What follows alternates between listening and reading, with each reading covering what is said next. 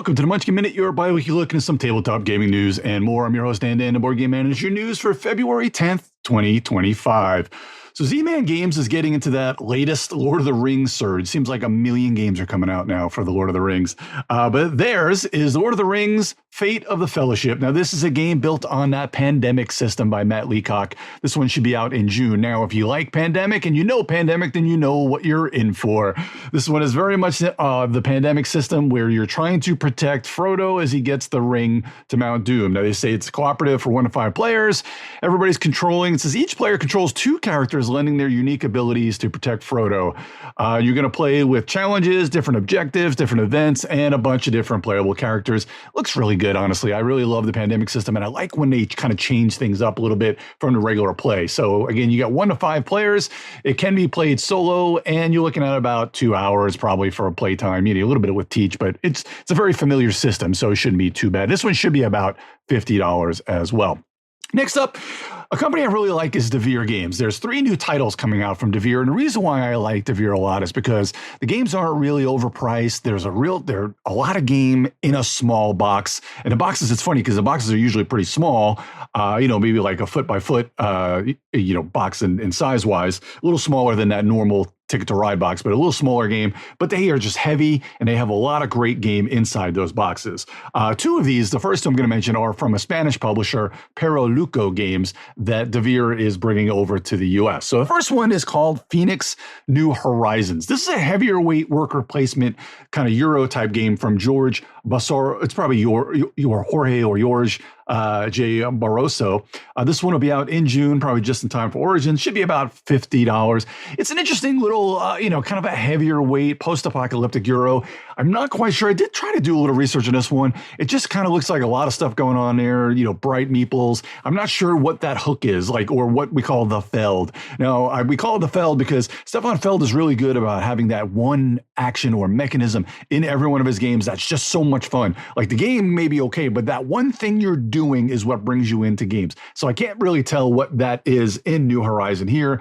Again, you're assuming control of a team of commandos tasked with the mission of recolonizing Earth. Very much your basic Euro, about 1 hour to 2 hours, kind of a medium to heavier weight Euro. Again, this one should be about $50 and should be out in June. Now, the next one is a little bit smaller. It's just kind of a family weight card game. This one is Koinobori. From what I can tell, this means Japanese carp streamers. Carp streamers are now created over in Japan in celebration of Children's Day in Japan, which is in May 5th.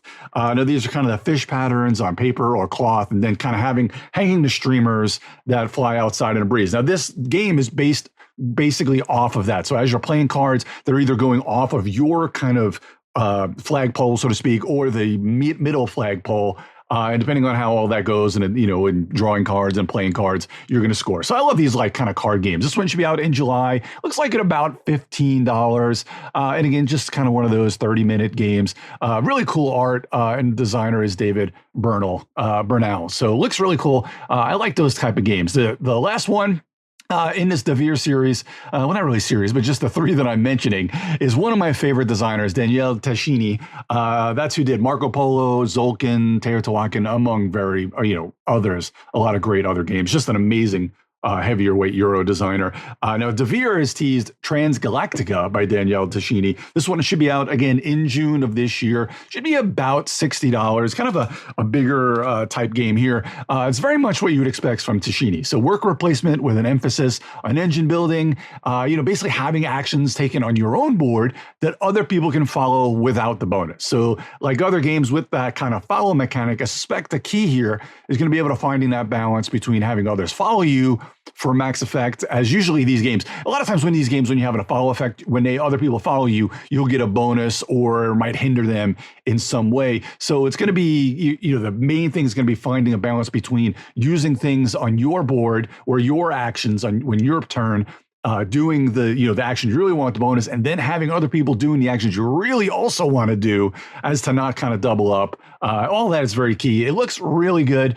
It's about 2 to 5 players. I'm sure there'll probably be a solo version in there, about 1 to 2 hours. Kind of probably, my suspicion is about a medium to heavier weight Euro, kind of that same weight as kind of your Marco Polo or Tzolkein or Teotihuacan, all the various kind of all the varieties of that medium to heavier weight. But it looks really good. I kind of like the art. It almost has like a Federation type feel to me with a little bit different kind of gameplay, but it has that almost feel to it. Next up, we'll head on over to CMON or CMON. They have released, I believe it's out now. It's called Nova Era. This is a civilization building game, kind of more card and dice, a little bit different than what CMON generally puts out. This one is out, like I said, I believe it's out now. It should be about $25 to $40. I couldn't find a good price point. Again, it's a little different than what they're putting out, but it is a civ building game. You're kind of using dice and card drafting to advance your civ over time.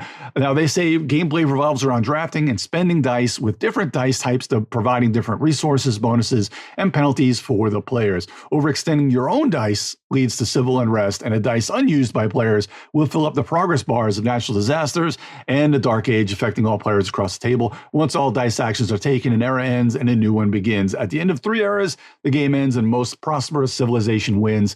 I love these type of games. I always love kind of drafting. I love using dice in unique ways. 2 to 4 players. Again, I don't know if there's a solo, but I can't imagine most of these games not having a solo. 2 to 4 players, probably about an hour and a half to 2 hours, and that medium weight as always, with these type of games.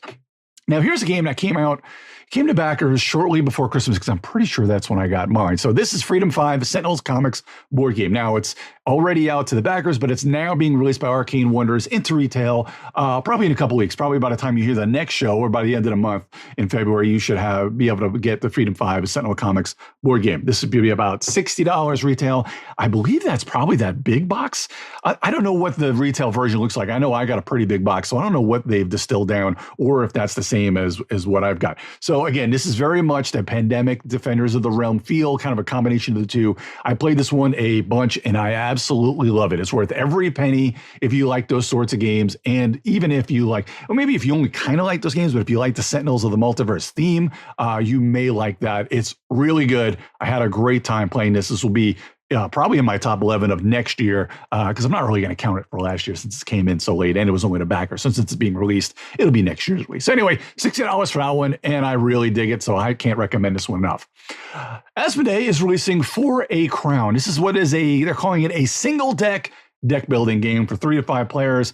Plays in about an hour. This one should be out probably by the time you hear this one, and it should be about $40. And this one reminds me a little bit of Cult Express, because everyone's putting kind of cards into one deck, and depending on when your cards come out, things will be done and the effects will be triggers. Looks pretty cool, and it's not that ever popular anthropomorphic animals artwork that everyone has. Now, the difference between this one and Cult Express, now, if you remember Cult Express, everyone's kind of putting their cards face down on a stack, and then you're kind of flipping the stack and resolving them one at a time. So you're trying to remember what's happening to be able to move your person and shoot, when you're robbing a train or trying to prevent it from being robbed.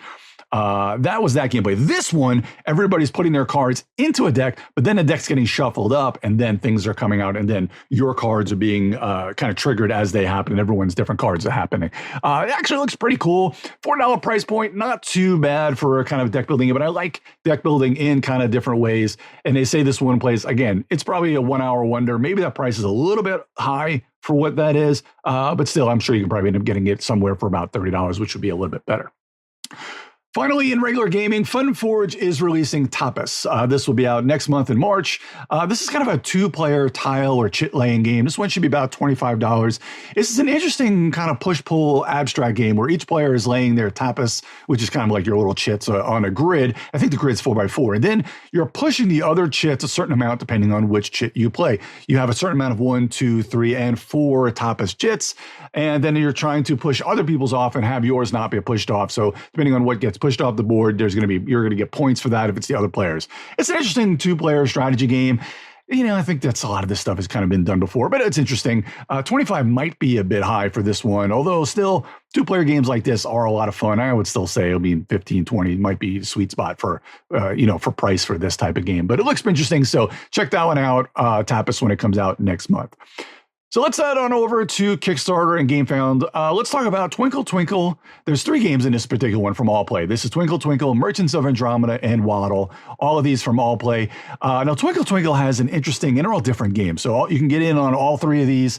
And actually, these few that I'm going to talk about for Kickstarter are all going to be as of release. As of you're listening to this, as of release of this podcast, you're going to want to get on this pretty quick. Although, like I always like to say, a lot of these things will have the late pledges, so you'll want to get on there. So anyway, you can get on each one of these games. Generally have about $15 to $20 for each one of these. The first one, Waddle, or the last one, Waddle, is about $20. Merchants of Andromeda is about $40, and Twinkle Twinkle's around $40. I thought they were all about $15, $20. But anyway, they're all a little bit different, from anywhere from $20 to $40. So let's talk about Twinkle Twinkle first. Twinkle Twinkle is an interesting, kind of cool abstract game where you have these really cool acrylic kind of chits you're laying down and doing upside down, moving them around. You can kind of placing them on your board, and depending on when you're laying them out, that's going to trigger different effects and different scoring. I really like the way this one looks. And this is the 19, looks like there's different add-ons that you can get for that one, but this one is $39. Now, Merchants of Andromeda is a little bit different. This is kind of a Dutch auction game where kind of has that, I wouldn't call it a reverse auction, but the way Dutch auction works is the longer you wait, the more enticing it is, but you want to kind of beat other people to it. But it gets a little bit, it's kind of as they're bringing the price down and making it more enticeful, you just don't want to wait too long to get in on any one of those. And Waddle, this is kind of a very much a entry-level game where it's basically, hey, that's my fish, a little bit different take on, hey, that's my fish. All these games look great. And again, Allplay has really good production value, and all these games look like they're going to be fun to play. Next up is a pretty easy one, Casinopolis. This is a solo and cooperative city building game. This is Button Shy Games. If you hear me talking about Button Shy all the time, Jason Tagmeyer puts out some great games, and this is a solo co-op game. Basically, it's a solo game, but I guess if you technically can play any solo game co-op. But this is put out by Stephen Aramini, Danny Devine, and Paul Kluka. Really cool looking kind of casino-based game. Only $12 to get in on this one. It's only got a few days to go, so check that one out. Next up, Star Explorer by Queen Games. And this is an interesting, I don't want to call it, it's not a roll and write. I guess it's almost kind of like a twist and write. I mean, it has dry erase boards.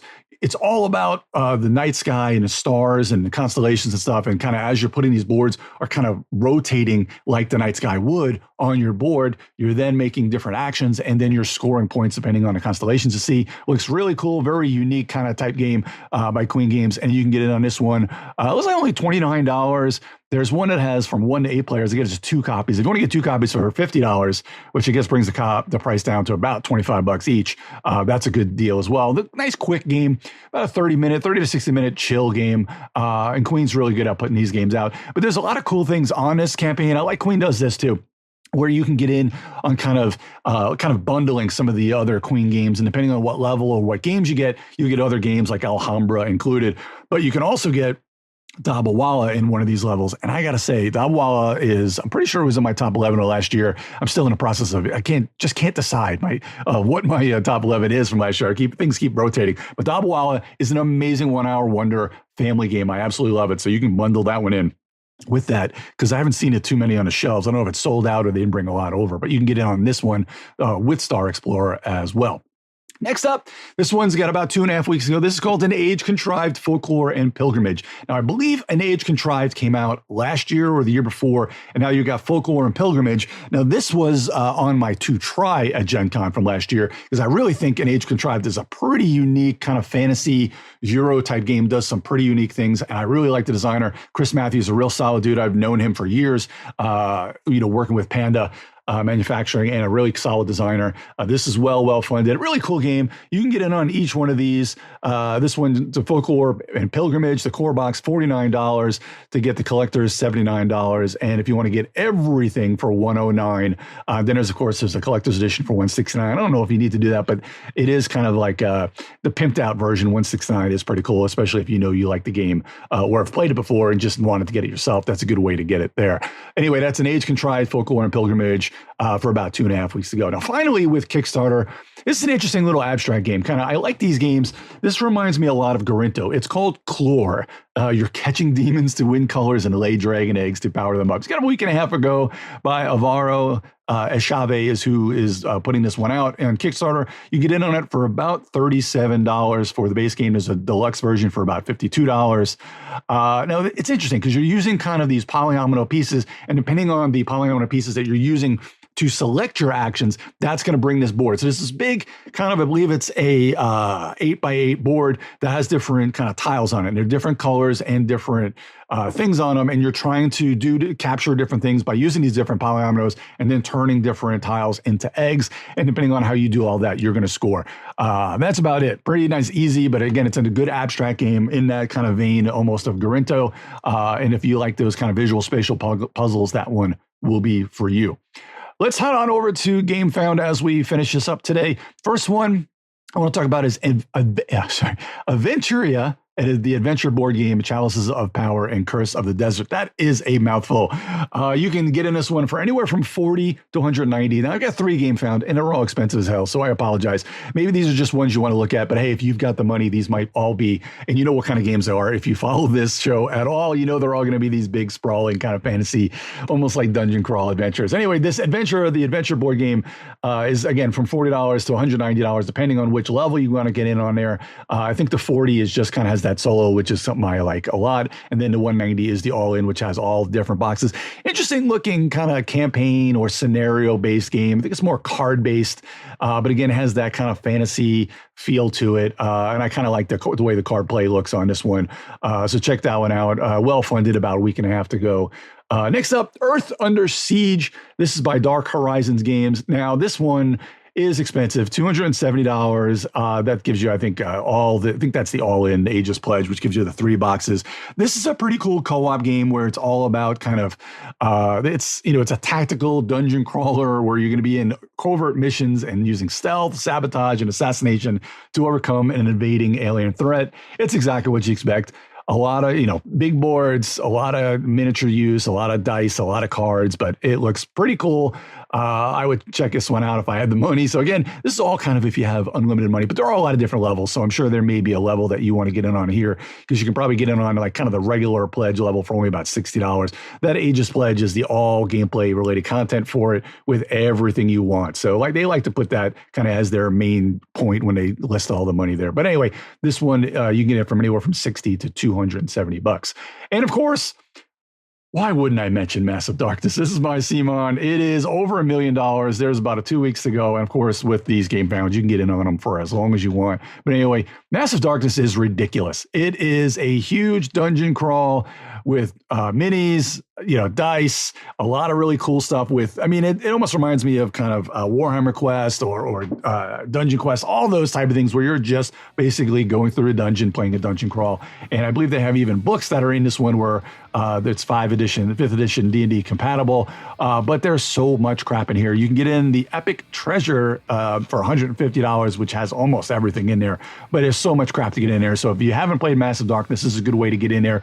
But if you have played Massive Darkness, this has got some extra stuff to get in on there. Or if you just want to bring that Massive Darkness universe to your Dungeons and Dragons campaign, you can certainly do that as well. So a lot of really good campaigns out there this week. So hey, thanks for joining me today. If you see any news you think I'd like to feature, shoot me a message at GeekJockDan on Twitter, or come over to the Major Spoilers Discord, where we're always in there chatting on the tabletop and the and the Munchkin Land different channels. Also, please check out themajorspoilers.com for more content by Steven and the rest of the Major Spoilers crew. And of course, check out my show, the Geek All Stars podcast. As always, I'm Dan, the Board Game Man, and I'll see everyone in a couple of weeks for another Munchkin Minute.